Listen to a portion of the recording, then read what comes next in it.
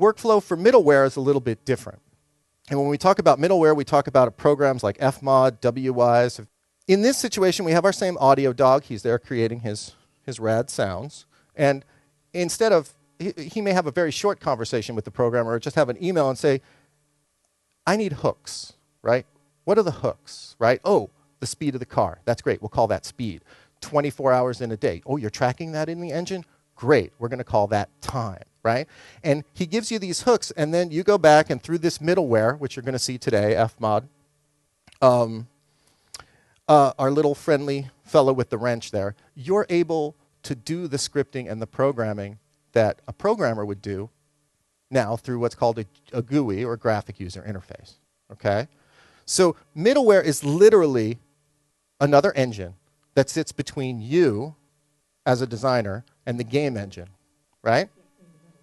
It's not, you know, there's all kinds of middleware. It's not just audio middleware. There's middleware for graphics and animation and everything. But in our case, we're interested in audio.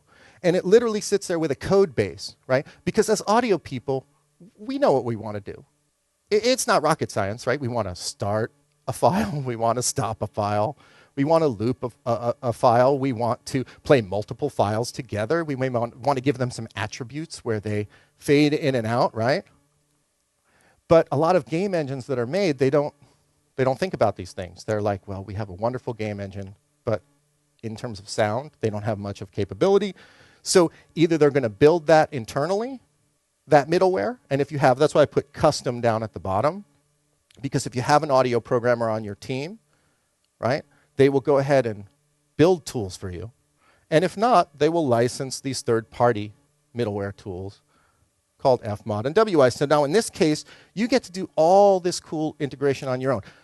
That car racing sound, right, where it speeds up and it slows down, which the programmer couldn't figure out how to do, you put that together yourself in fmod, or footsteps, which we'll see today, and you can make them go up and down in pitch so they don't always sound like. So in this situation, what you deliver to your programmer now, to your integrator, is actually a folder and a text document, right? You could think of it as the computer version of your asset list. And then all they have to do now is put that into the engine, right? They don't have to worry about designing sounds and doing that for you.